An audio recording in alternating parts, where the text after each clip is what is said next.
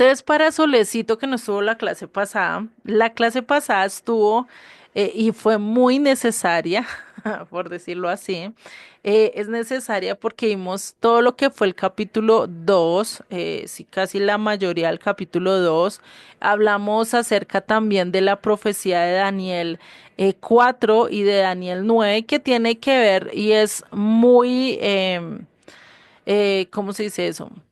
Es casi igual, o sea, estas tres profecías hablan casi del mismo evento o de los mismos eventos de lo que va a pasar a finales del tiempo, ¿cierto? Recordemos que Daniel 2 pues está hablando de esta estatua, ¿sí? Donde, déjenme les pongo una imagen para que ustedes lo puedan ver.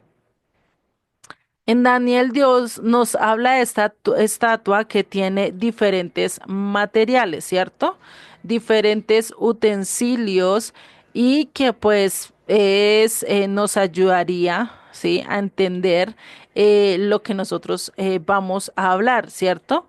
Y por lo menos recordemos que en Daniel 2 pues estábamos viendo que Nabucodonosor tiene un sueño, se le olvida por completo, manda llamar a sus magos, a sus sabios, a sus hechiceros, bueno, a la gente que tenía allí, que eran aspecto de, tenían comunicación con dioses, por así decirlo, ¿sí? Y él les dice, vengan, pues revélenme en el sueño. O sea, esto no es nada para un dios, ¿no? Y pues nosotros lo podríamos decir, ¿no? Pues para un dios que es revelarle el sueño a uno de ser humano, pues no es nada, ¿cierto? Pero ninguno de estos magos pudo. Ahí fue cuando Daniel, pues, pidió permiso, habló con el rey y bueno, el rey le dio un tiempo, Nabucodonosor le dio un tiempo, él oró a Dios y Dios le dio la revelación del sueño. Y fuera de eso, no solo le dio la revelación del sueño, sino también la interpretación del sueño. ¿Sí? Y recordemos que en ese capítulo vimos que la cabeza de esta estatua era de oro que representa a Nabucodonosor, que los pechos y el brazo eran de plata y representan a Medo-Persa, ¿no? El muslo y las caderas, si no estoy mal, es de bronce, las piernas son de hierro y los pies pues son de barro e hierro cocido, ¿sí? Que representaría a las futuras alianzas. O sea, lo que es bronce, se me olvidó decirles, bronce representaría a Grecia, que es el muslo y las piernas. Las piernas como tal representaría a Roma, ¿sí? Que es el hierro. Y pues el barro cocido con el hierro representaría a Roma y sus diferentes alianzas, ¿sí? Se podría decir, porque realmente diríamos que este sería el último imperio, ¿sí? Que se levantara y muy posiblemente también lo podemos conectar con, pues, con lo del anticristo, ¿no? Muy posiblemente, no lo estoy conectando total, ¿listo? Y la roca que destruye totalmente a esta estatua, ¿cuál es? Una roca que no es cortada con mano de hombre, sino del cielo. Sí, es una roca que baja directamente del cielo y destruye esta estatua. La fulmina, dice que la desmenuza, ¿no? Creo que dice así. Esto también es muy coherente con lo que nos habla Daniel 7, ¿sí? Yo es que Daniel 4, qué pena con ustedes, ya estaba tirando fuera el tiesto. Es Daniel 7, ¿sí? En Daniel 7 nos habla de cuatro bestias, ¿sí? Ahí digamos que la quinta no la nombra, pero sí está este cuernito que habla cosas impresionantes, ¿no? Vamos a recordar esas cuatro bestias. La primera bestia es el león alado, ¿no? Que representa a quién? A Babilonia, ¿sí? En la segunda bestia está el oso que manquea de un lado con tres costillas y que hay una voz que le dice mata y come, ¿cierto? Ese es Medo-Persa. En la tercera bestia, recordemos que es un leopardo con cuatro cabezas y cuatro alas, ¿no? ¿Qué representaría? Al imperio griego, ¿no? Lo mismo que la parte bronce de la estatua, que también representaría lo que fue Alejandro Magno, ¿no? Alejandro Magno, recordemos que conquistó Grecia de una manera tan rápida que por eso pues el leopardo es el animal, si no estoy mal, que más corre rápido a nivel de los felinos, ¿no?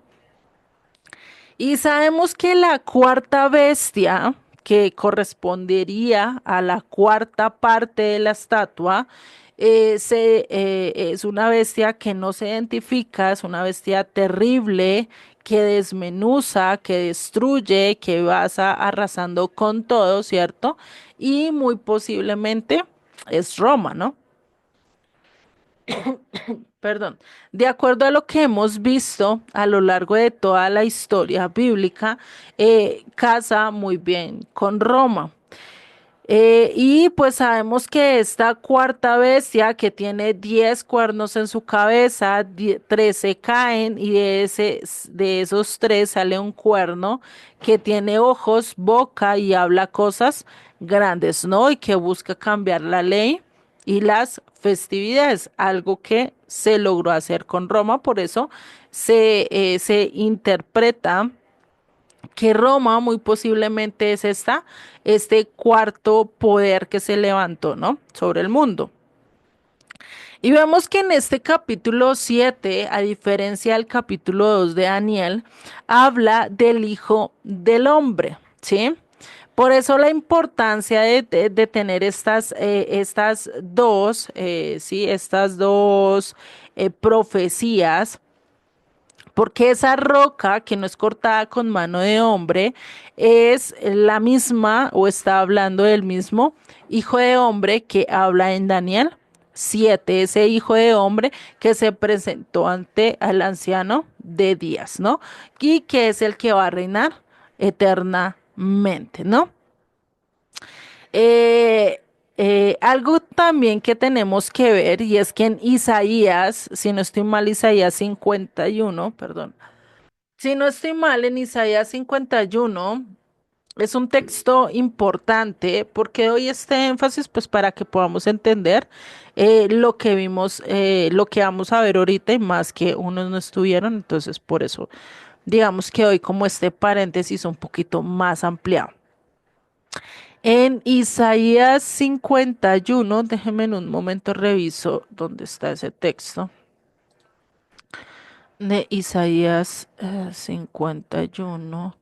En Isaías 51, 2, sí, estábamos viendo esto. Dice, mirad a Abraham vuestro padre y a Sara que os dio a luz, porque cuando no era más que uno solo, lo llamé y lo bendije y lo multipliqué. Ciertamente consolará el Eterno a Sión, consolará todas sus soledades y cambiará su desierto en paraíso y su soledad en huerto del Eterno. Se hallará en ella alegría y gozo, alabanzas y voces de canto. Estad atentos a mí, pueblo mío, y oídme, nación mía, porque de mí saldrá la ley y mi justicia para luz de los pueblos, ¿no? Entonces, algo que podemos ver ahí es que Dios empieza a hablar, ¿cierto? Acerca de las palabras que nosotros tenemos que ver, ¿sí? Y es esa importancia de que de él va a salir la palabra y pues por eso este hijo de hombre, sino que son los versos anteriores. eh, Déjenme lo busco porque no lo encuentro. Vamos a irnos mejor a las escrituras. En Isaías 51, por favor, vámonos allá. Que tengo las diapositivas y no lo encontré fácil. Ya les cuadro donde nos quedamos. En Isaías 51, ¿sí? El verso 1. Un momento, se me pegó la Biblia, listo. Dice. En el primer versículo es donde está la clave, ¿listo? Pena con ustedes. Déjenme me ubico donde nos quedamos, listo. Entonces, en el verso 1, ¿sí? De Isaías 51, ¿qué nos dice? Dice, oídme los que seguís la justicia, los que buscan al Eterno. Mirad a la piedra de donde fuisteis cortados y al hueco de la cantera de donde fuisteis arrancados. Esto es importante porque acá lo que está diciendo es que nosotros, cada uno de nosotros salimos de una cantera, ¿sí? Y a lo largo de las escrituras sabemos que hay dos tipos de canteras, ¿sí? Y esto muy lo especifica mucho más Pedro, ¿sí? En su carta a Pedro, en su primera carta de Pedro. Y no solo eso, sino que Juan lo especifica mucho mejor ya con los hijos de Dios y los hijos del diablo, ¿sí? O sea, solo hay esas dos canteras, aquellos que obedecen a Dios y aquellos que van en contra de Dios, no hay más, ¿sí? Y ahí es donde nosotros tenemos que entender y por eso dice ahí, dice, ¿sí? Mirad a la piedra de donde fuisteis cortados y al hueco de la cantera de donde fuisteis arrancados. Por eso ya se complementa con el verso 2. Mirad a Abraham vuestro padre y a Sara que os dio a luz, porque cuando no era más que uno, solo lo llamé y lo bendije y lo multipliqué, ¿no? ¿Por qué lo conectamos con Abraham? Porque dice, mira a Abraham vuestro padre, ¿no?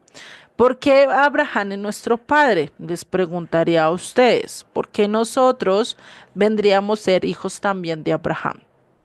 Que también somos hijos de la promesa dada a Abraham, Isaac y Jacob. Ujú.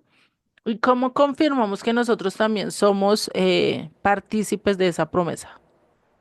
Pues es que no podemos saber si somos hijos naturales o hijos injertados, pero pues en nuestro corazón nos injertamos al pueblo Ujú, pues con la promesa, ¿no? De que tu pueblo será mi pueblo, tu Dios será mi Dios. ujú. También, también dice que todo aquel que oye es porque es semilla de Abraham. O sea, todo aquel que viene a mí es Ujú. porque es semilla de Abraham. O sea, más o menos así es, recuerdo esa palabra. Sí, hay un texto en Gálatas que nos ayuda y nos dice directamente, tú eres linaje de Abraham, ¿sí? Algo, ¿sí? No sé si se acuerdan. Sí, si oyes bueno, también Yeshua dijo, el que oye mi voz es Cuando dice ciertamente, todo aquel que es, ciertamente es semilla, ¿no? Sí, sí, no memorizo también yo. Ahí les doy es una en Gálatas pista, está en 3:29. Gálatas. Sí, Gálatas señorita. 3:29. Ajá, muy bien. ¿Qué dice Gálatas 3:29? Ah, ya Aquí lo perdí tengo. la cosa. A ver, Estoy bloqueada. la que llegue primero a las escrituras. Y vosotros sois de Cristo, ciertamente el linaje de Abraham sois y herederos según la promesa. Ay, ahora sí. Ese es el texto que a nosotros nos dice que somos hijos de Abraham. ¿Por qué somos hijos de Abraham? Porque creemos en Yeshua, porque sabemos que Él es nuestro Salvador, porque caminamos de acuerdo a su voluntad. Porque, ¿qué dice Gálatas? Si ustedes, o si vosotros, o si nosotros, o si todos nosotros que estamos acá, ¿no? Creemos en Yeshua, ciertamente el linaje de Abraham somos y herederos según la promesa. Si no creemos en Yeshua, si no andamos como Yeshua, si no seguimos a Yeshua, pues seremos herederos de la promesa y simiente de Abraham. No, nos Exacto. faltaba concluir que creemos en Yeshua y reconocemos que Él está vivo y que murió por nosotros. Ajá, exactamente. O sea, este es uno de los textos que yo creo que no se nos puede olvidar, ¿sí? Clávenlo, pónganlo allá en sus paredes, en un lugar visible, para que no lo vayamos aprendiendo, porque este es el texto que centra que nosotros sí somos descendientes de Abraham, que nosotros por creer en Yeshua, Él nos da la entrada ¿a qué? Al pacto, ¿no? Por eso Él es el que el cumplimiento, Él es el que firmó el pacto de Jeremías 31 al 33 y de Ezequiel 26, ¿sí? Y de Ezequiel 37. Todos estos pactos que sin Él realmente nosotros no hubiéramos podido entrar a ser salvos, ¿no? Por eso la importancia también de reconocer esto, ¿no? Entonces, ya entendiendo todas estas, entendiendo estas tres profecías, ¿sí? Incluyendo con la de Daniel 9, que ya nos habla de las 70 semanas, ¿no? Y que también dice que el Hijo del Hombre o que el Mesías tenía que morir, ¿no? Hubo un momento en que el Mesías iba a presentarse y esta cuenta de las 70 semanas, pues nos dice en qué tiempo iba a presentarse el Mesías, perdón, en qué tiempo iba a presentarse el Mesías después de la restauración del templo, ¿no?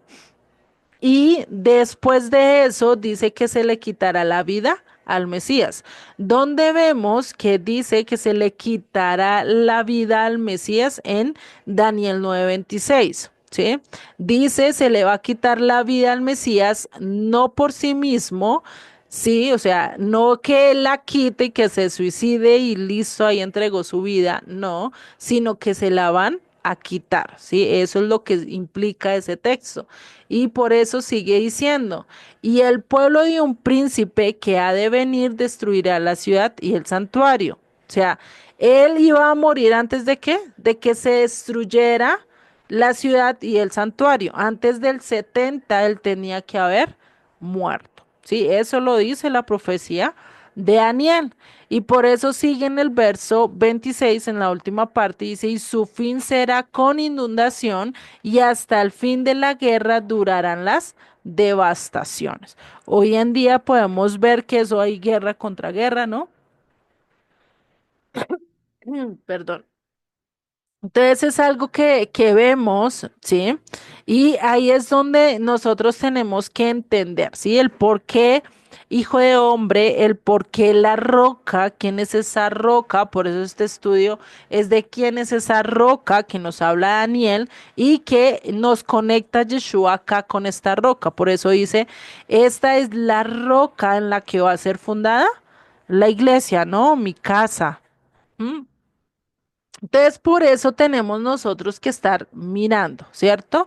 En qué expectativa, y recordemos la expectativa que tiene el pueblo judío con respecto al Mesías. Ellos qué esperan del Mesías, o sea, ¿cómo esperan ellos que sea el Mesías para ellos? ¿Cómo ellos ven al Mesías? ¿Quién sabe? Ellos estaban esperando como cuando Jesús vino y habló, y yo no recuerdo bien qué es lo que él salió cuando entró a leer la Torá Ujú, y él paró en la mitad, ¿no? La primera mitad de ella decía que hoy vino salvación, ¿no? Que la salvación está cerca.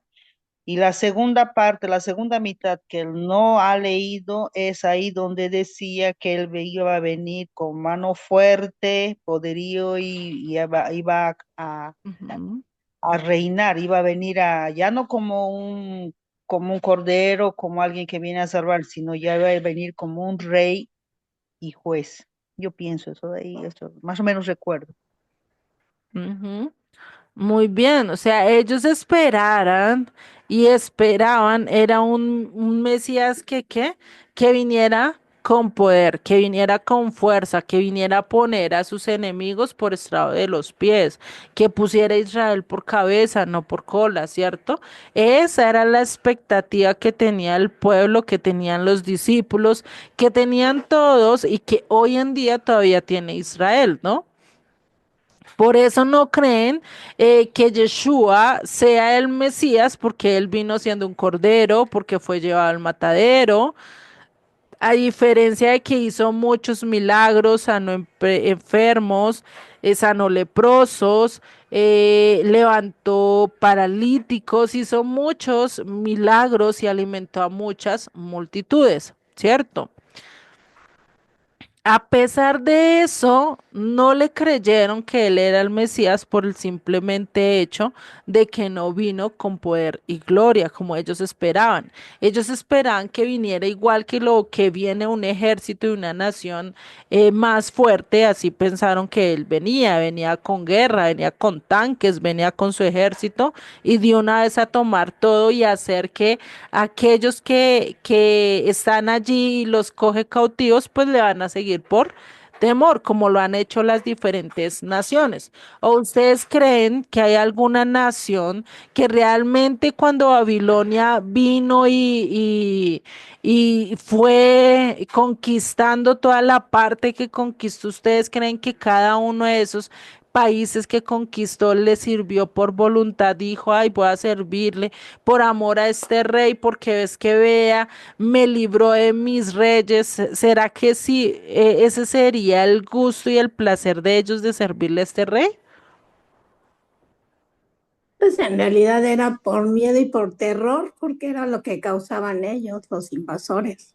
Exactamente, ¿sí? O sea, le iban a sentir era miedo, terror, no iban a querer hacer eso y eso es lo que Dios menos quiere hacer, ¿sí? Dios no quiere venir a reinarnos con temor, con terror, imponiendo su voluntad, porque como yo se los he dicho varias veces, pues para eso nos hubiera puesto un botoncito donde diga, pues ahora me van a obedecer, ¡pum!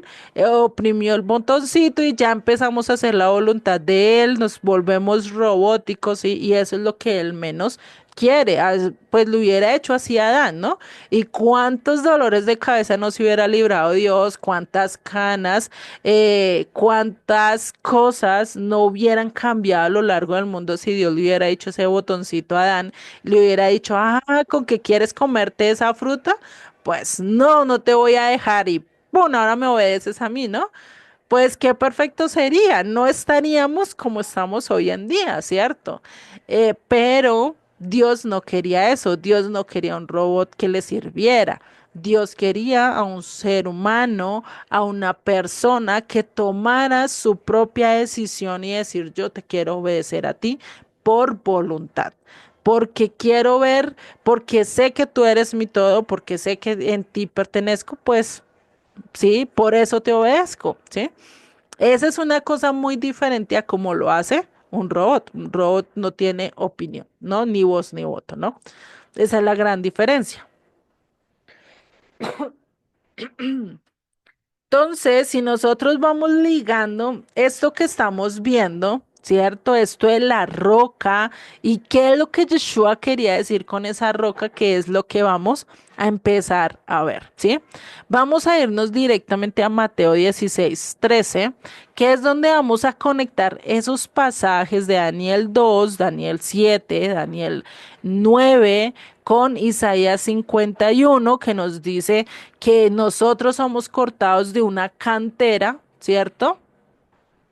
Incluso Joseph cuando habla de este ejemplo dice de esta cantera, no recordemos que estamos hablando de Cesarea de Filipos, o sea, también tener en cuenta todo el contexto que vimos en la primera clase de este lugar, un lugar totalmente pagano, un lugar donde se adoraban a muchos dioses, entre ellos al dios Pan, al dios del todo, ¿no?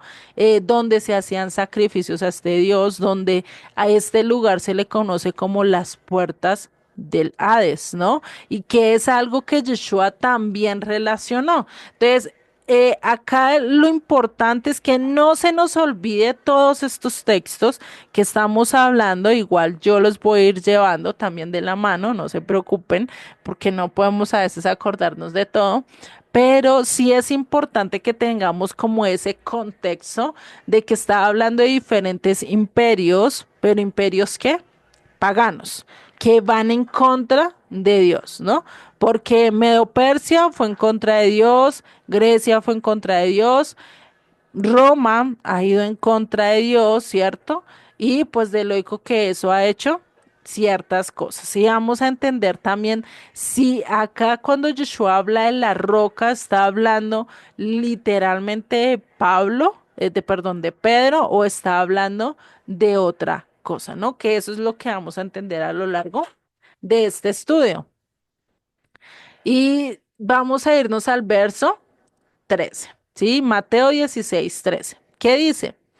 Viniendo Jesús a la región de Cesarea de Filipo, preguntó a sus discípulos diciendo, ¿qué, quién dicen los hombres que es el Hijo del Hombre? Perdón. Si nosotros lo ligamos con lo que estaba diciendo Daniel 7, que dice que el Hijo del Hombre es aquel que va a conquistar todos estos imperios, todas estas bestias, las va a destruir, ¿sí? Y es el que se va a coronar como Rey de Reyes y Señor de Señores, ¿no? Entonces, imagínate él con quién se está representando, ¿sí? Con el Hijo del Hombre, con esta roca, ¿no? Entonces ahí vamos ligando las cosas, ¿no? Entonces, si vemos, este es el título que ya estaba en Daniel. Y en el verso 14 que nos dice, ellos dijeron, unos Juan el Bautista, otros Elías, otro Jeremías o alguno de los profetas. Él les dijo, ¿y vosotros quién decís que soy yo? O sea, acá vemos que para esa época a Yeshua pensaban y le asignaban diferentes tipos de personas, ¿no? Unos pensaban que eran Juan el Bautista, o sea, ni siquiera pensaron que Juan el Bautista ya había muerto, ¿sí? O estaba ya casi a punto, no, ya había muerto porque se murió ya hace varios capítulos. Ni siquiera se acordaban que él ya había muerto, entonces pensaron que era Juan el Bautista, un poquito mejor vestido, ¿no? De pronto tenían algún parecido, quién sabe, ¿sí? Otros decían que era Elías. Sabemos que en las escrituras en Malaquías dicen que Elías volvería a venir, ¿no? Entonces, unos pensaron, este es el cumplimiento de Elías, ¿no? Porque estaba haciendo casi milagros semejantes a los de Elías, ¿no? Otros que Jeremías, debido a las palabras con tanta autoridad que decía, muy parecido a lo que enseñaba Jeremías. Otros decían, no, quién sabe, pero de pronto alguno de los profetas, ¿no? Y ahí es donde Yeshua les dice, venga, pero ustedes que son mis discípulos, que me han seguido todo este tiempo, ustedes quién dice que soy yo, ¿no? Imagínate esta pregunta que les hace, ¿no?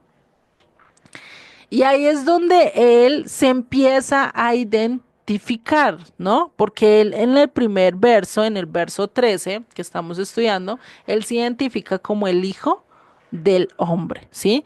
Como el Ben Adam, ¿no? Ese hijo, y recordemos que roca en hebreo, ¿qué significa? Padre, el Padre en el Hijo, ¿cierto? Y el Hijo en el Padre, ¿cierto?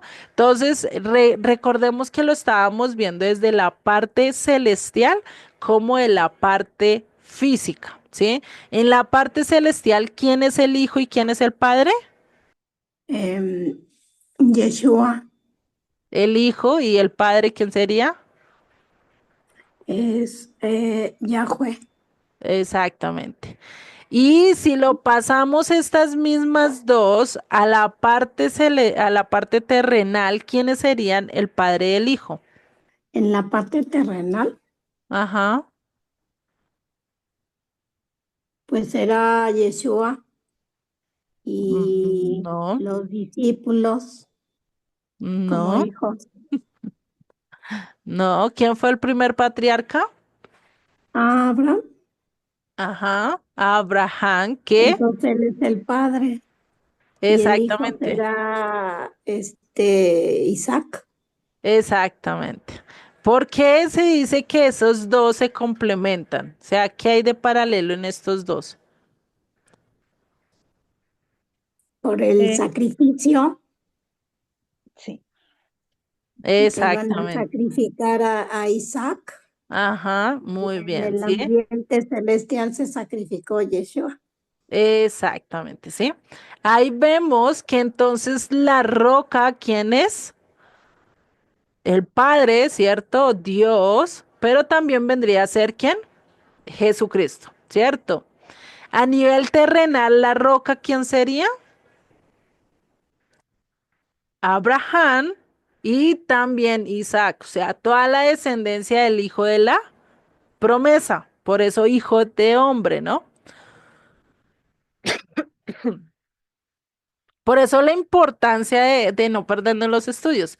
Entonces él les pregunta, ¿quién soy yo? ¿Quién dicen ustedes que es el Hijo del Hombre? ¿No? Imagínate, ¿no? Él se está dando él se autonombra Hijo de Hombre, ¿no? Así como en las profecías. ¿Qué le dicen a él? Uno le estaba y el pueblo estaba diferenciando o estaba pensando en diferentes profetas, ¿no? Pero si nosotros miramos todo eso que estaba representando el lugar donde estaban parados, porque estaban en Cesarea de Filipos, ¿no? Que también era Banias, recordemos que Cesarea de Filipo también se conoce como Banias, debido a que en árabe no hay la P de Panias, ¿no? Que refiriente a este dios Pan, Panias, sino después lo cambiaron a Banias, ¿no? Entonces, imagínate este lugar y después le dice y les pregunta todo eso, ¿quiénes gobiernan este mundo y a quiénes le entregaron este mundo? Todo eso que está significando ese espacio, ¿no? Y lo que esa pregunta que él les hace, ¿no? Porque ¿de quién eran los gobiernos? O sea, ¿quién eran los gobiernos que estábamos hablando en Daniel 2, en Daniel 7, en Daniel 9? Son gobernantes que adoran a este Dios Pan, a este Dios del todo, ¿no?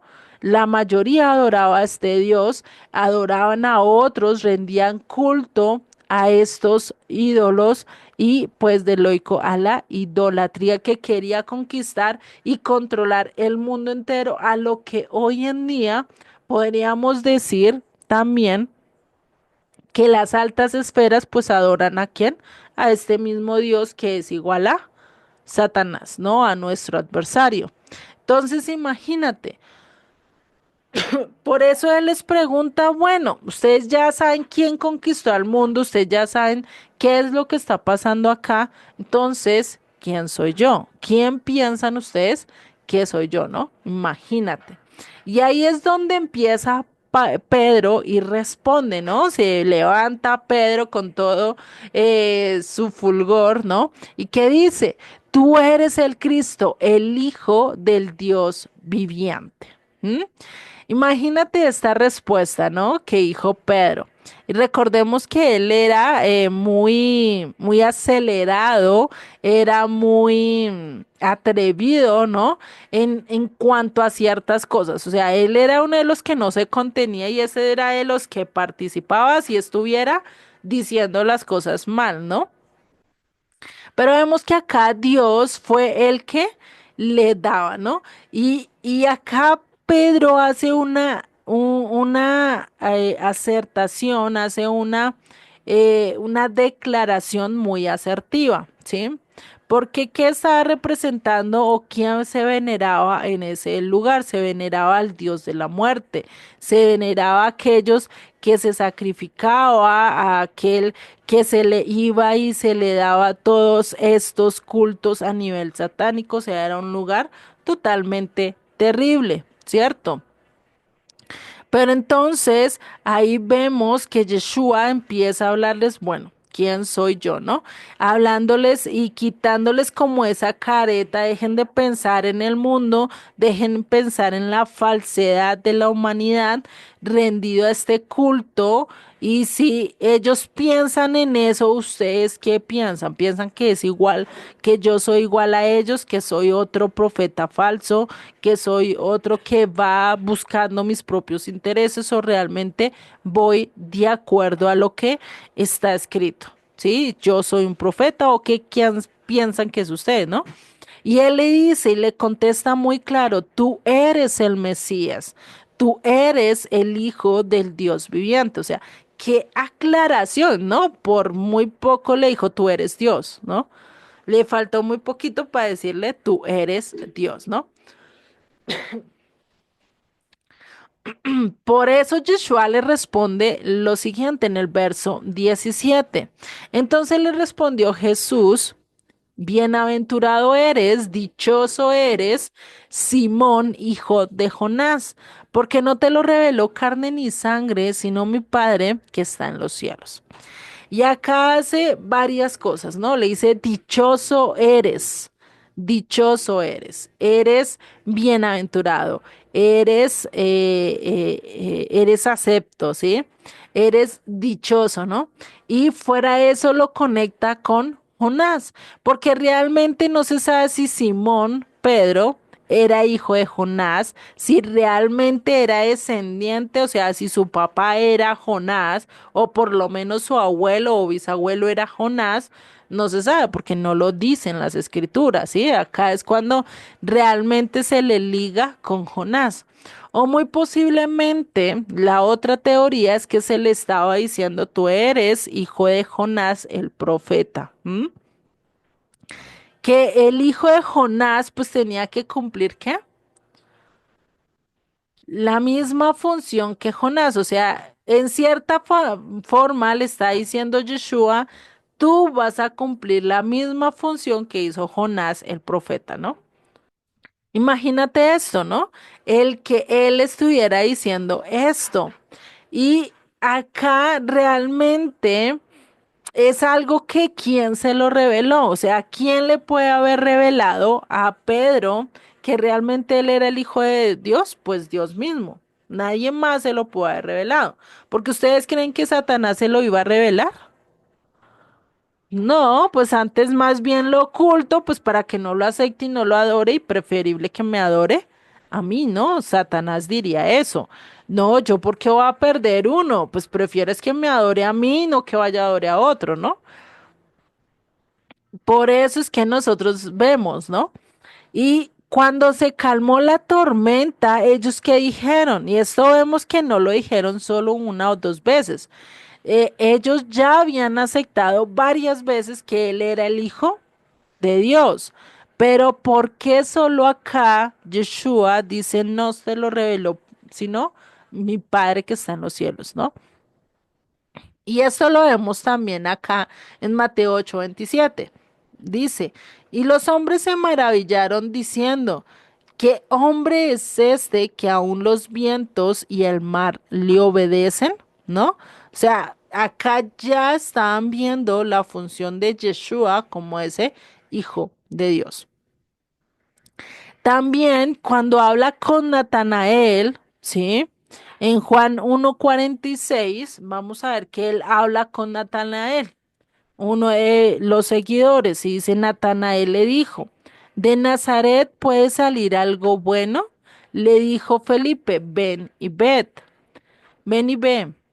Cuando Jesús vio a Natanael que se le acercaba, dijo él, he aquí un verdadero israelita en quien no hay engaño. Le dijo Natanael, ¿de dónde me conoces? Respondió Jesús y le dijo, antes que Felipe te llamara cuando estabas debajo de la higuera, te vi. Respondiendo Natanael le dijo, Rabí, tú eres el Hijo de Dios, tú eres el Rey de Israel, ¿no? Porque a Natanael tampoco le dijo, venga, dichoso eres tú. Eso no te lo reveló ni padre ni eso no te lo reveló ni carne ni sangre. Te lo reveló mi padre, eres dichoso, eres bienaventurado. Porque no le dijo nada de eso a Natanael cuando no vio casi milagros, no vio algo de prestigio como para llegar a decir esto, ¿no? Imagínate la gran diferencia de lo que estamos viendo acá, ¿no?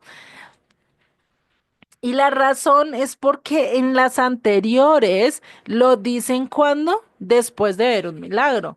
Pedro vio un milagro cuando Yeshua les preguntó esto.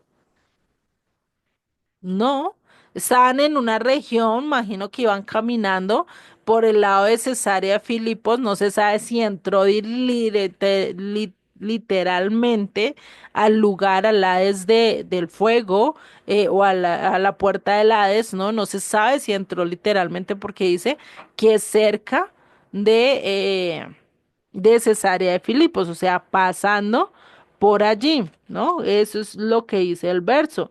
Dice, dice el verso 13, viniendo Jesús a la región de Cesarea de Filipos, preguntó, no dice si entró, no dice si estaba a la puerta, no dice a qué lugar de Cesarea de Filipos fue, y Cesarea de Filipos realmente era poco grande, ¿no? Entonces, para uno decir, no es que estaba ya parada, no, sino solo la representación de la ciudad. La ciudad era muy pagana, era donde estaba también el palacio de un rey. Pues imagínate, o sea, no era una ciudad cualquiera, sino donde era el centro casi del paganismo de esa época, ¿no? Por eso es que Pedro saca esa conclusión después de qué? De hacer un análisis, de conectar. Ah, está diciendo que es hijo de hombre. ¿Dónde dice las escrituras que es hijo de hombre? ¿Dónde enfoco esto y dónde lo está diciendo en este lugar donde es pura cantera, donde está todo roto, donde está todo dañado, ¿no? Entonces, muy posiblemente Yeshua venía hablando, no se sabe, ¿no? Si Yeshua ya les había mostrado acerca de esas tres profecías y les venía mostrando. Y acá es donde se da ese recuento de esa reflexión que hace en cuanto al entender esas profecías y sacar esa conclusión y decir definitivamente tú eres el Hijo de Dios. O sea, ¿qué palabras yo puedo decir, no? Por eso, Pedro, en base a todo eso, pues Pedro que dice, no, pues tú eres el Mesías, tú eres el conocimiento, tú eres aquel que realmente puede gobernar a las masas, puedes hacer las cosas, ¿no? Y por eso es que se basa. Un muy diferente es cuando tú coges y ves un milagro y lo hemos visto a lo largo de todas nuestras vidas, ¿cierto? ¿Qué pasa con el mundo cuando ve un milagro? Uy, Dios mío, qué bueno, uy, eso es maravilloso, ¿cierto? Pero ¿qué pasa después del milagro? ¿Qué pasa después que te vas y te alejas y se te olvidó el milagro? ¿Sigues con la misma devoción? No, ¿cierto? Pero ¿qué diferencia hay cuando nosotros empezamos a analizar las escrituras, empezamos a analizar la vida, nuestra historia universal, ¿sí? Como humanidad que somos, después de analizar todo eso y ver todo lo que Dios ha hecho por nosotros, ¿será que vamos a seguir diciendo, a seguir ignorando a Dios como tal? Pues no, ¿cierto? Nos acercaríamos mucho más y llegaríamos incluso a la misma conclusión de Pedro. Tú eres el Hijo de Dios. Realmente tú me salvaste, realmente tú hiciste algo grandioso por mí, ¿no? Entonces, la fe va a ser muy diferente. La fe de aquel que hace milagros o que ve los milagros o que presencia los milagros es muy diferente a aquella fe que ha creído por lógica, por convicción, porque le representaron muchas, muchas pruebas, muchas evidencias a lo largo de la historia y solo está dando conclusiones, ¿sí? A diferencia de ver un milagro y quedarse con el milagro, casarse con el milagro, pero pensar que el milagro es el que está haciendo las cosas en vez de aquel que hizo el milagro, ¿no? Porque a veces nos quedamos en eso. Entonces, toda la multitud que vio sus milagros para la época de Moisés, ¿qué pasó con ellos? ¿Todos fueron salvos? ¿Todos entraron a la tierra prometida? ¿Qué pasó con aquellos que vieron los milagros? Pues vieron los milagros y aún así se quejaron, estaban de quejumbrosos todo el tiempo, no le creían a Dios, le reclamaban a Moisés, dudaron, entonces no pasaron solamente Caleb y, y Josué. Exactamente, ¿sí? Entonces, si vemos, realmente los milagros convierten el alma, los milagros nos dan una fe plena, nosotros podemos ser fieles a través de los milagros. No, No, es a través de exactamente. nuestra fidelidad a Dios. Ujú. Exactamente, nosotros podemos saber y confiar que la palabra nos cambia a nosotros, pero ¿qué es la instrucción? Lo que Dios nos dice, cuando nosotros empezamos a cumplir y empezamos a caminar de acuerdo a su voluntad, pues ahí sí conocemos que Él es esa roca inmovible, que Él es esa roca de salvación, que es en el único lugar donde podemos estar seguros, que pase lo que pase a nuestro alrededor, no nos va a pasar nada porque Él nos está protegiendo, ¿cierto? Entonces, eso es la única manera en que nosotros podemos ver realmente la salvación, ¿no? Por eso, en Salmos 19:7 que nos dice, la ley del Eterno es perfecta. La palabra, la Torá, la instrucción del Eterno es perfecta, que convierte el alma. El testimonio del Eterno es fiel, que hace sabio al sencillo. Entonces, nosotros al entender todas estas profecías y al entender todo lo que el Eterno está hablando y concluyendo con todo lo que Yeshua dijo, ¿no? Pues hizo, ¿no? ¿Cuánta fe no vamos a tener? ¿Cuánta ganas de seguir fieles a su palabra? Pues no vamos a tener, ¿no? ¿Por qué? Porque Él empieza a convertir nuestra alma no por milagros, sino por convicción. ¿Sí? Es lo mismo que a ti, ¿por qué te gustó cierta carrera? Hagamos de cuenta que a Solecito le gustó la carrera de costura y a María Elizabeth le gustó la carrera de cantante, ¿sí? ¿Por qué a cada uno le convenció cada una de las carreras? Porque a ti te convenció tanto tu personalidad como todo de que tú podías lograr hacer esa carrera. No fue porque hay, porque te la colocaron fácil, porque esto, porque casi siempre a los músicos les toca bien difícil, ¿cierto?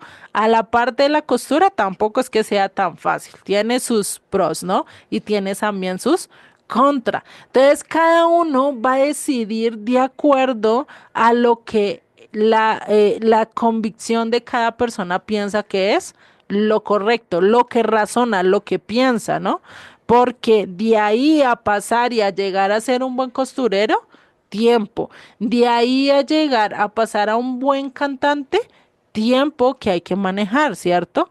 Hay plata que toca invertir, hay cosas que toca hacer, por lo menos en la costura. Coja y rompa, coja y haga prueba sobre error, ¿cierto? Y dañar prendas, porque pues eso al comienzo uno que sí que daña cosas, ¿no? Lo mismo cuando uno empieza a cantar, tiene que calentar la voz, tiene que empezar a mejorar, que mire que no le salgan gallos, mire que no sé qué, ¿cierto? Y empezar a esforzarme por eso, o sea, no es algo que va a ser fácil.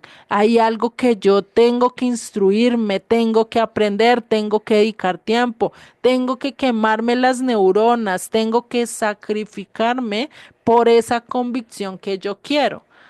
Pero ¿qué hace que esa convicción, a pesar de todas las cosas malas que surjan alrededor de eso, yo siga trabajando para llegar a esa meta? Pues el razonar y el decir yo quiero esto por voluntad propia, no porque me obligaron, no porque se me reveló a través de esto o X cosas, sino porque realmente yo puedo hacerlo, ¿no? Por eso nosotros al estudiar las escrituras, a medida que las vamos comprendiendo, que las vamos conociendo, ¿cierto? Pues vamos a ir saliendo de todos esos agujeros, de todas esas doctrinas, de todo ese engaño que nos tergiversaron a lo largo de nuestras vidas y empezamos a seguir a quién? Al Eterno. Empezamos a reconocerlo solo a Él. Por eso sigue diciendo en el verso 18, que dice, y yo también te digo, que tú eres Pedro. Si vemos acá, si no estoy mal, es cuando Yeshua le cambia el nombre a Pedro. Ya no le dice Simón, porque recordemos que antes que le dijo Simón, hijo de Jonás. Y acá le dice que tú eres Pedro. Y algo que tenemos que entender es que este Pedro, ¿sí? En griego significa Petros, o sea, pequeña piedrecita en el griego. En el griego es Petros o también en el hebreo, creo que es en el griego más bien porque está en el este. Igual lo vamos a mirar directamente desde las escrituras porque no haya errores. Déjenme, les hablo la Biblia. Se me perdió. ¿Dónde está la Biblia? Vamos a ver que Petros es una pequeña piedrecita, ¿listo? Acá Petros. Petros es del griego, ¿sí? Qué pena con ustedes. Igual creo que lo tengo en las diapositivas, entonces acá ustedes lo pueden ver. Se los voy a maximizar un poquito más. 18, ¿sí? Nos dice Pedro y acá nos dice que es Petros, ¿no? Es el G4074. Se los voy a poner un poquito más grande en el diccionario. Sí, que es Petros. Sí, yo creo que ahí lo están viendo súper bien. Entonces, ¿qué dice? Aparente palabra primaria de un pedazo de roca, ¿sí? Más grande que, bueno, acá dice ya Luquia, que muy posiblemente, bueno, eso ya habla de un lugar como tal. Como nombre de Pedro el apóstol, entonces dice que es que un pedazo de roca, ¿no? Y eso es algo que vamos a ir mirando, ¿no? Entonces acá es donde nosotros necesitamos conocer qué. El Antiguo Testamento, el Nuevo Testamento, todo en su plenitud para no torcer.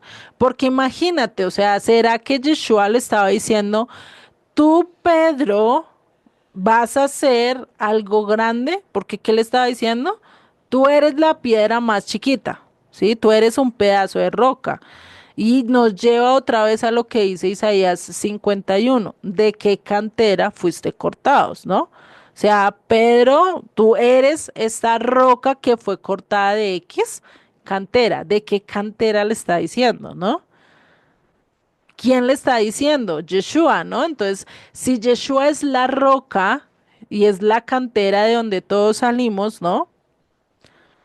Yo, ¿de quién pertenezco? Pedro, ¿a quién le pertenece? A Yeshua, ¿no? A la roca de Dios, ¿no? A ser el pueblo de Dios. Entonces, por eso necesitamos tener cuidado en cómo entendemos esto. Por eso dice, y sobre esta roca edificaré mi iglesia. Y acá es donde vemos que no le está diciendo, Pedro, tú eres la roca donde yo edificaré la iglesia, porque no dijo eso. Porque muy posiblemente señaló al otro lado, porque no dijo, y yo también te digo que tú eres Pedro y sobre esta roca edificaré mi iglesia. Ni siquiera señaló a Pedro. Eso es muy diferente, ¿no? Porque muy posiblemente estaba dirigiendo su dedo hacia dónde? Hacia toda esta parte de idolatría, hacia toda esta parte de paganismo, como diciendo, yo soy esa roca de Daniel que va a venir y va a tumbar toda esa idolatría y ya no va a ser más nada de esto, sino va a haber un reino de paz. No, imagínate, o sea, imagínate lo que le estaba diciendo Yeshua ahí. ¿Sí? Y recordemos que esta palabra iglesia, ¿sí? Que es eclesia en el griego, ¿qué significa qué? Llamados fuera. Entonces, ¿quién es el que nos está llamando afuera? ¿Quién es la roca? ¿No?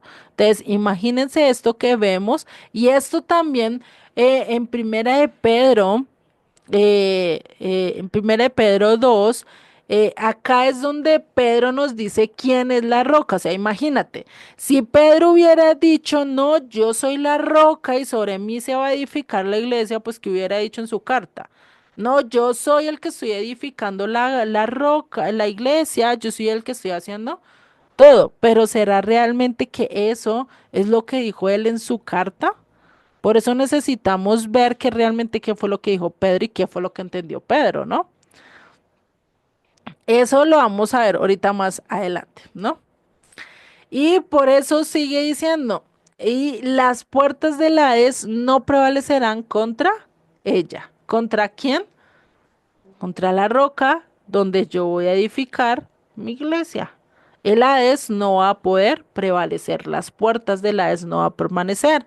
Y por eso es que este lugar de Cesarea de Filipo se le conoce como las puertas del infierno o las puertas del Hades debido a su perversidad, debido a todas estas cosas que hacían, porque imagínate el ir y estando sacrificando niños, pues, o sea, qué bulla era lo que escuchaban.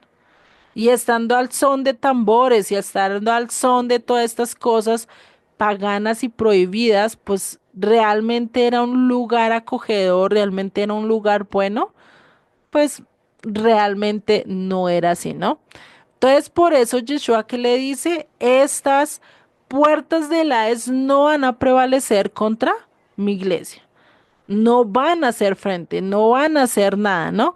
¿Y qué es esto de las puertas del infierno? Vamos a ver otra vez, ¿sí? Había partes en las ciudades que estaban amuralladas, ¿sí? De esta época, que tenían armas, que eran arco, flechas, por mucho espadas, y ya paré de contar. Digamos que la parte más antigua que tenían era la guillotina, ¿sí? Para cortar cabezas y tenían esta cosa que enviaban las rocas con fuego, no me acuerdo cómo se llaman esas. Esas eran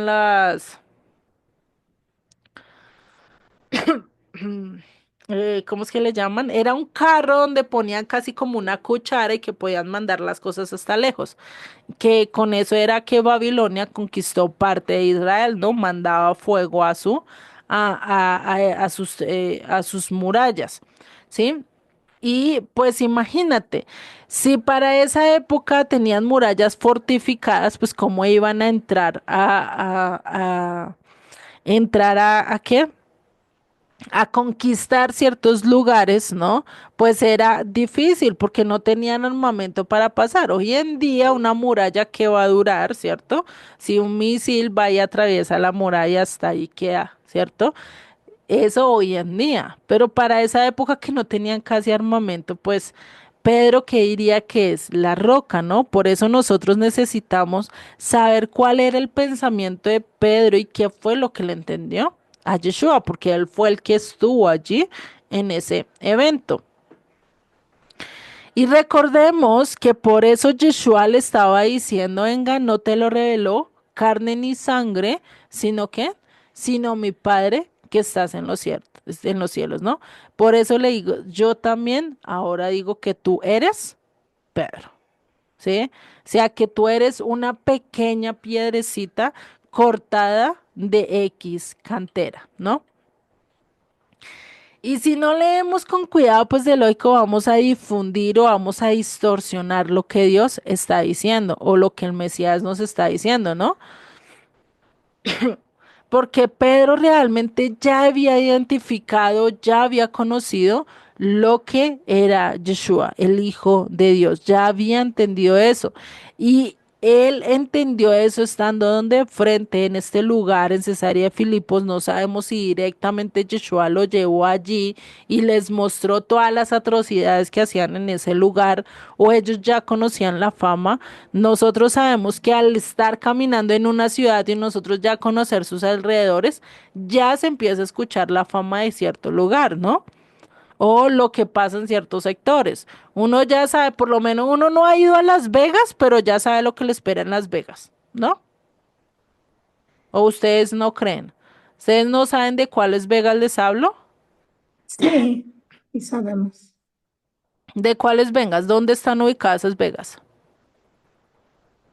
Es en Estados Unidos. Exactamente, ¿sí ves? Y Y estamos hablando de un país que yo ni siquiera he visitado, que yo ni siquiera he ido, ¿no? Y ya uno conoce la fama de ese lugar. ¿Qué sería para ese entonces? Que no había teléfonos, no había celular, pero sí estaba el chismecito de boca en boca, ¿no? De todo el mundo, pues de lógico que ese chismecito de boca en boca es cuando más se riega, más se conoce, ¿no? Y más para esa época, ¿no? Entonces imagínate todo eso, ¿no?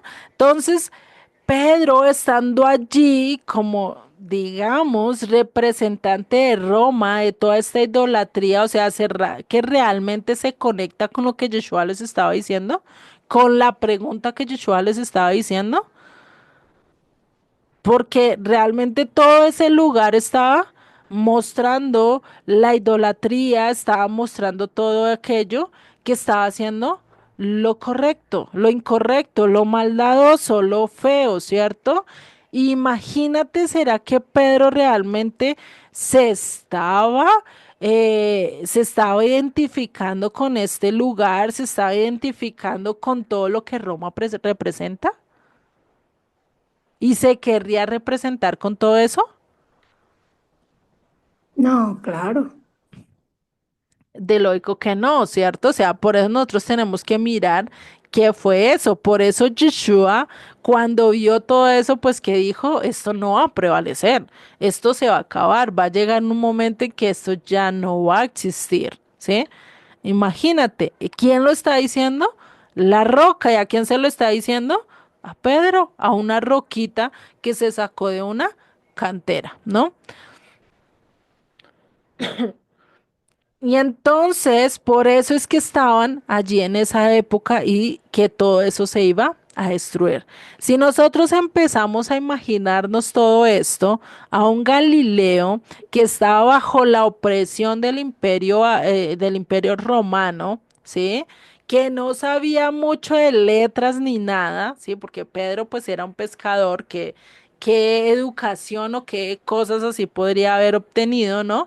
Y que veía la corrupción, que veían cómo llevaban a los niños allá a matarlos allá, que conocía todo esto y sabía que venía y anhelaba al Mesías para que los rescatara, para que los sacara de eso, pues que era lo que esperaban, que el Mesías viniera con todo su poder, con todas las cosas y viniera a reinar sobre el lugar, ¿cierto? Y quitara todas esas maldades, pero nunca pensó que Yeshua iba a venir o que el Mesías iba a venir a qué?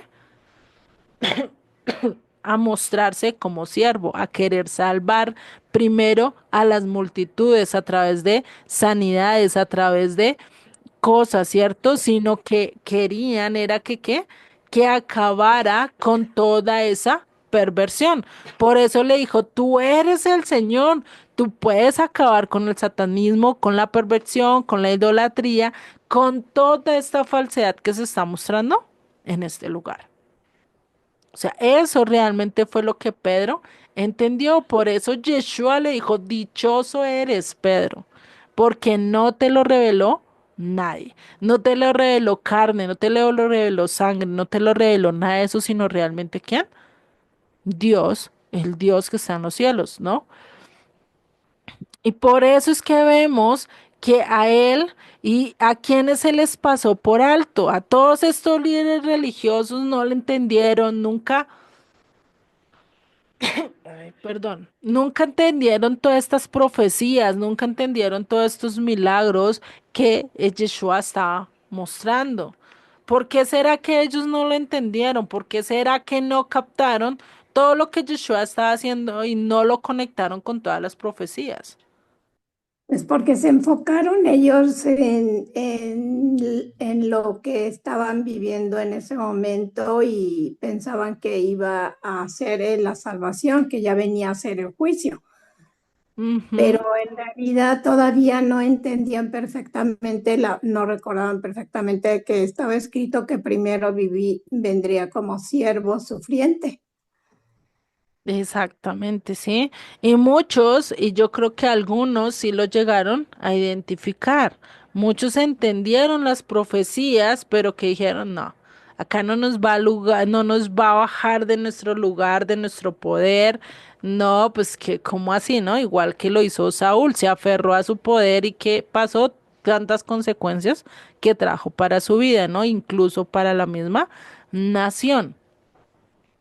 Muy posiblemente algunos no lo quisieron identificar y el que lo reconocieran pues realmente era algo muy peligroso.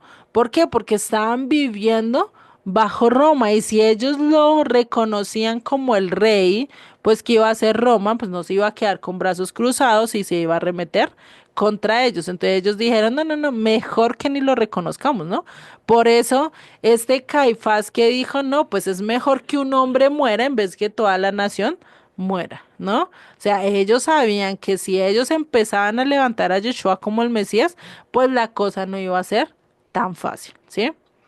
Entonces, por eso vemos que toda esta corrupción que estaba en este lugar y Pedro diciéndole a Yeshua, tú eres el Mesías, tú eres el Hijo de Dios, pues Yeshua lo logió. Yeshua le dijo definitivamente, tú eres bienaventurado, dichoso, ¿cierto?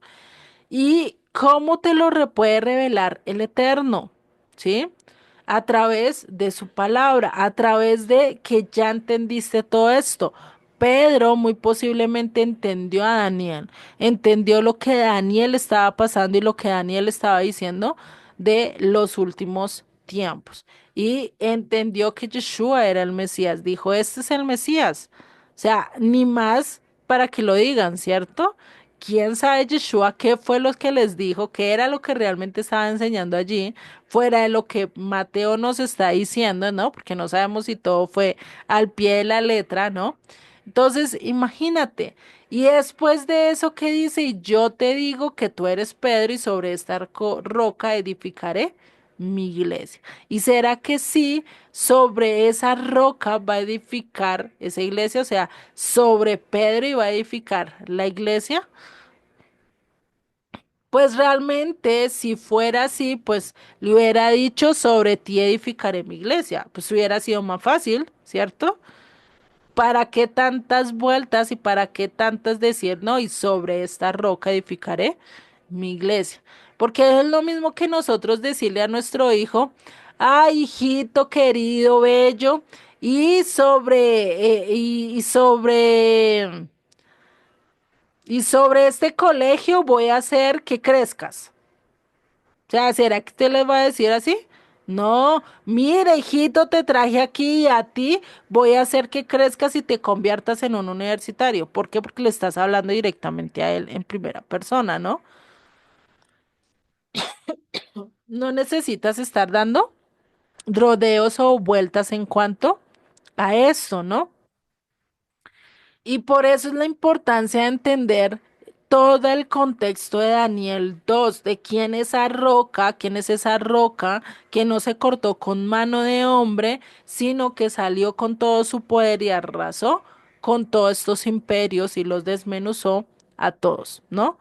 Por eso es que nosotros necesitamos aclarar esta confusión con quién, con Pedro.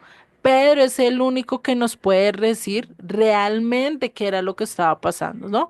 Y gracias a que Pedro pues nos dejó sus cartas, ¿no? Pues podemos entender lo que él nos escribió, ¿sí? Y esto lo obtenemos en Primera de Pedro 1:1. ¿Qué nos dice? Dice, desechando pues toda malicia, todo engaño, hipocresía, envidias y todas detracciones, desead como niños recién nacidos la leche espiritual no adulterada, para que por ella crezcáis para salvación. Si es que habéis gustado la benignidad del Señor, acercados a Él, piedra viva, porque le dice al Señor que Él es la piedra viva cuando Yeshua le pudo haber dicho a Pedro que Él era la piedra.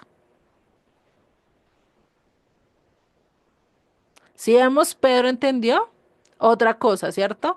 Entendió que Yeshua era la piedra viva que iba a arrasar con todo eso, ¿no? Porque muy posiblemente Yeshua le dijo, tú eres Simón Pedro y sobre esta roca voy a edificar mi iglesia, ¿no? ¿No suena coherente? ¿Cierto que sí? Hablando de Yeshua, ¿no? Señalándose a Yeshua en sí mismo. Entonces, imagínate eso. Entonces, si Pedro está diciendo acerquémonos a él, piedra viva, ¿no? Y sigue diciendo en el verso 3 de 1 de Pedro 1, desechada ciertamente por los hombres, mas para Dios escogida y preciosa. Vosotros también, como piedras vivas, sed edificados como casa espiritual y sacerdocio santo, para ofrecer sacrificios espirituales aceptables a Dios por medio de Jesucristo, por lo cual también contiene la escritura. He aquí pongo en Sión la principal piedra del ángulo escogida, preciosa, y el que creyere en él no será avergonzado. Para vosotros, pues los que creáis, él es precioso, pero para los que no creen, la piedra de los edificadores, la piedra que los edificadores desecharon, ha venido a ser cabeza del ángulo. Porque habla de de esta piedra que es viva, que es escogida, que es preciosa y que todos lo desecharon, que llegó un momento en que todos lo desecharon. ¿Está hablando de quién? ¿De quién entiende ustedes que está hablando acá Pedro? de Yeshua. Exactamente, ¿sí? Yeshua es la representación de lo que está diciendo acá Pedro. No está hablando de sí mismo, no está diciendo yo soy el ángulo, a mí me desecharon y ahora me van a venir a buscar como cabeza del ángulo, o sea, es ilógico, ¿cierto? Que él esté diciendo eso como persona. Está hablando de Yeshua. ¿M? Juliet, una pregunta. Dime, Tú, María. tú dijiste primera de Pedro 1:3.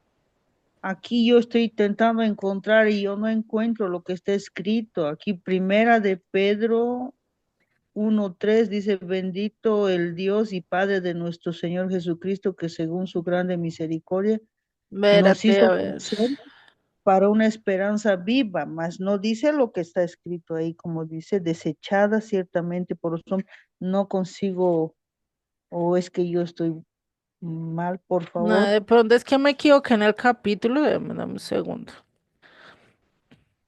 Pronto ese día estaba con sueño y me comí un número o tenía hambre, no sé. No, espérame. Es el capítulo 2, ¿sí? Es primera de Pedro 2. Mm, Ahora sí lo encontraste. Es que me primera comí de, un número, ese día tenía hambre y me comí un número. primera Pedro 2:4 es, ¿no? Ajá, sí. Ah, yo con eso es que no coincidía, dije, ¿por qué? ¿Será que mi Biblia está mal? No, no, no. Cuando vean así errores, me avisan, ¿sí? Y de una vez los vamos corrigiendo, ¿sí? Y de pronto fue ahí, sí, se me pasó y se me fue la letra, se me fue el número. Déjenme lo corrijo. Y no es por acá, ¿dónde está acá? Entonces, si vemos, acá él está hablando de qué?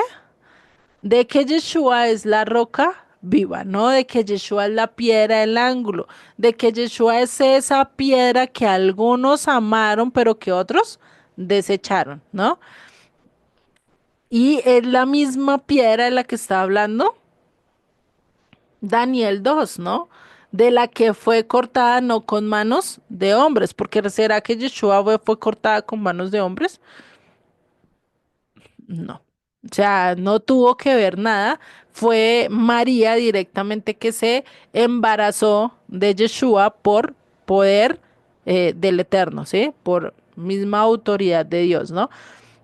Por eso es que esta piedra no es cortada con hombres, que no es cortada como el hombre, no viene de simiente de hombre, viene directamente de Dios y es el único que va a poder derribar a qué?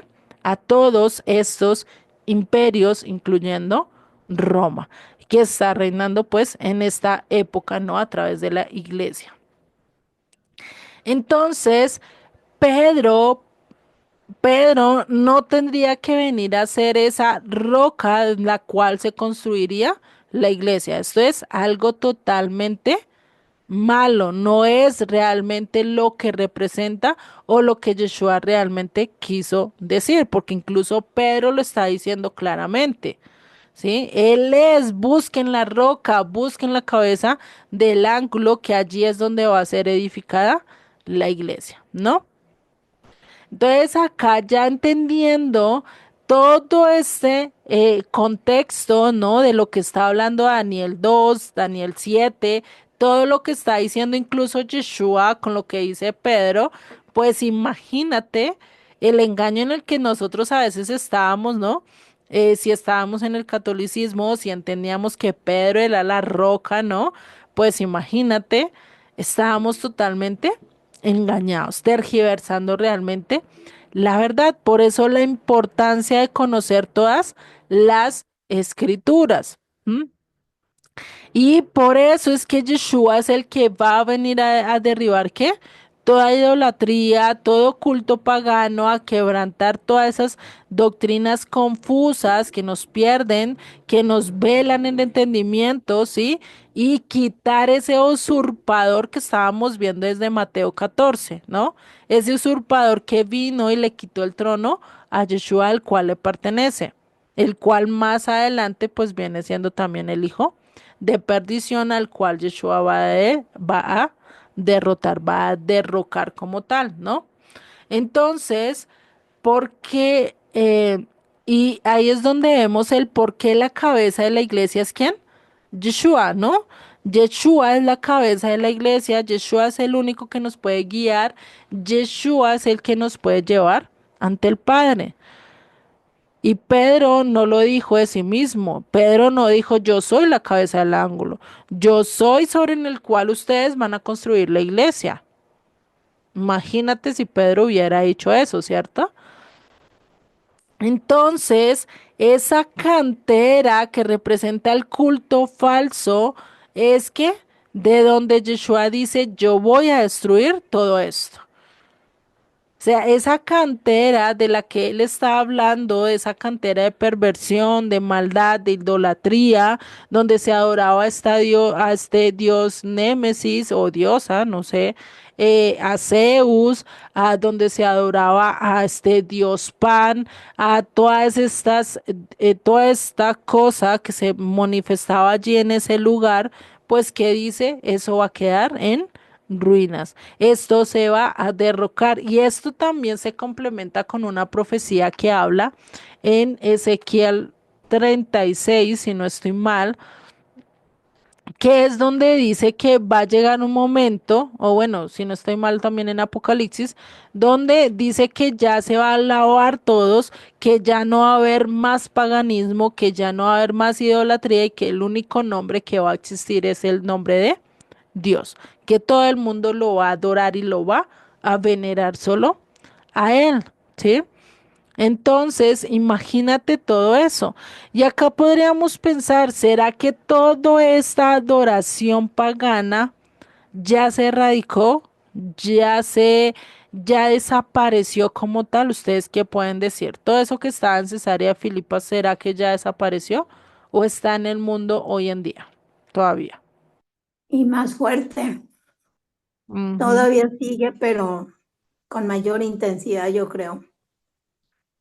Exactamente, todavía está aquí, ¿cierto? De diferentes maneras se ha ido, que sufrió un cambio, sí, porque ya no lo adoramos directamente, ya no vamos y le rendimos culto directamente a una estatua, sino de diferentes modos, ¿no? A través del aborto, a través de la adoración, incluso a través del satanismo, ¿sí? Porque pues, ¿cómo representan a Satanás? Como una cabra, ¿no?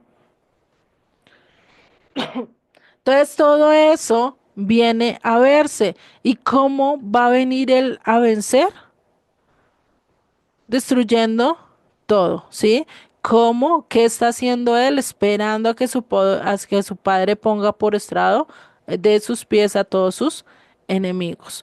Va a llegar un momento en que todos estos que se creen en lo más alto dicen que la caída más fuerte es que donde todo el mundo cree o donde el enemigo cree que está en el lugar más alto, donde, ay, ya conquisté todo, ya hice todo. ¿Y qué va a pasar cuando eso piense el enemigo? Arrasará con todos, ¿no? Entonces ahí es donde nosotros tenemos que estar confiados de que el Eterno va a hacer justicia. Aquellos que buscan la justicia, aquellos que buscan de Dios, pues seremos de la cantera de Dios, así como lo dice en Isaías, ¿no?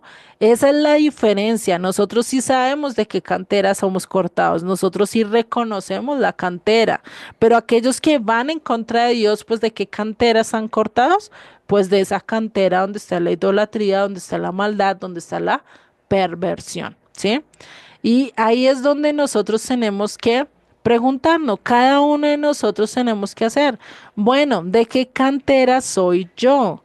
¿Será que yo vengo de Roma, de toda esta perversión de Cesarea de Filipos, o vengo del Eterno, del Padre Celestial? ¿De qué cantera soy? Y esto pues realmente es una pregunta que cada uno de nosotros debemos de hacernos, ¿no? Para reflexionar si realmente mi vida va pegado a Dios o está yendo en contra de lo que Dios quiere, ¿no? Y ahora sí que ya entendimos que la roca es Yeshua, que también la roca puede ser Abraham e Isaac, ¿no? ¿Por qué? Porque la roca es el Hijo y el Padre, ¿sí? Y por eso es que Israel también se puede decir que es la roca. ¿Por qué? Porque es la iglesia, es aquella que se iba a edificar sobre esa roca, ¿sí? Y por eso es que también incluso, como lo vimos ahorita en Primera de Pedro 2:2, que decía que nosotros somos hechos piedras vivas, ¿no? Piedrecitas vivas, ¿no? Entonces, por eso a Pedro que le dijo, tú eres Pedro, tú eres Patros, tú eres una piedrecita, ¿sí? Tú eres un pedazo de piedra que se cortó de la cantera de Dios, por así decirlo, ¿no? Imagínate eso que estaba diciendo y que les estaba diciendo. Por eso dice, y las puertas del Hades no prevalecerán de ello. Esto es lo que dice aquellos que van a estar cumpliendo su llamado, que conocen la identidad, que van a ser que arrancados de este lugar de perversión, van a entender y pues ahí es donde va a empezar la destrucción de este lugar, ¿sí? ¿Por qué? Porque si nosotros entendemos eso, pues el reino de las tinieblas va a ser destruido porque ¿con quién va a quedar? Si nosotros seguimos al Eterno. ¿Mm? No sé si hasta caiga dudas, preguntas o algún comentario que quieran hacer. ¿Vamos De bien? mi parte, de mi parte no, Julieta, estoy entendiendo bien. Gracias. Ah, yo Igual pensé yo. que ibas a decir, no, de mi parte no entendí nada. No, vale, no hay problema. Vale, vale. Entonces, bueno, veo que quedaron todo claro. Espero haya sido un poquito más, bueno, haya explicado mucho mejor. Porque sí, esta parte es importante, por eso cuando ya suba todas las grabaciones, que lo vean y vayan, si pueden tomar nota para que ustedes puedan entender muy bien todo esto, ligándolos con los pasajes que ya vimos, ¿no? De las profecías, ¿vale? Vale. Sí, si no estudiamos así, o sea, a simple vista, si leemos ese pedazo que tú leíste, sin conocer el resto de la escritura, yo pienso que nos quedaríamos con eso de que Pedro fue la roca, yo Ajá. pienso, ayuda, como dice, ayuda bastante, ¿no? Conocer especialmente la historia, o sea, todo lo que hablaron los padres, ¿no? Todo lo que está escrito en el Antiguo Testamento, como se dice, Ujú. y por ejemplo, sin eso no estaríamos bailando y estaríamos como todo mundo dice hoy en día, acredita de esa manera, ¿no?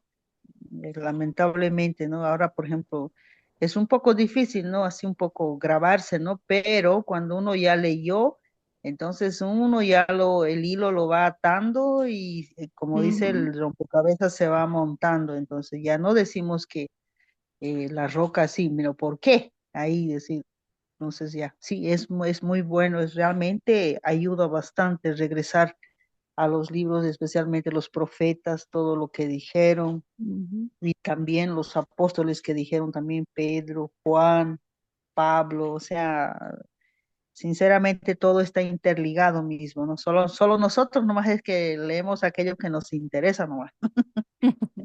Exactamente, sí. Y por eso la importancia de conocer las escrituras, ¿no? De incluso si este texto dice esto, perdón. Por lo menos si en esto dice esto o dice aquello, bueno, ¿por qué lo dice? ¿Por qué me habla acá de una roca y por qué tengo que esto? Si pues sale de contexto o si yo no conozco el contexto del lugar, pues imagínate, ¿no? Si nosotros no conoceríamos lo que pasa en Cesarea de Filipos, como incluso hoy en día se predican en las iglesias cristianas, ¿no? Hablan de la idea de que dan Yeshua y todo, pero ni siquiera dicen el contexto que estaba pasando en esa ciudad como para entender mucho mejor el contexto, ¿no? Y es así cuando se saca el contexto del chisme, ¿no? Entro a una reunión y entro directamente y preciso están hablando de algo y yo lo saco fuera de contexto y me invento una bola de chisme y meto en problemas a la otra persona, me meto en problemas y armo un zaperoco, ¿no? Mando, mejor dicho, un disparate, ¿no? Y eso realmente es algo que ha pasado con las escrituras. ¿Por qué? Porque como no se leen de principio a final, de Génesis a Apocalipsis, y tampoco se estudian de Génesis a Apocalipsis, pues se pervierte todo, ¿no? Se daña realmente la perspectiva bíblica. Por eso la importancia de ir estudiando poco a poco según lo que dice toda la escritura, no solo un texto como tal.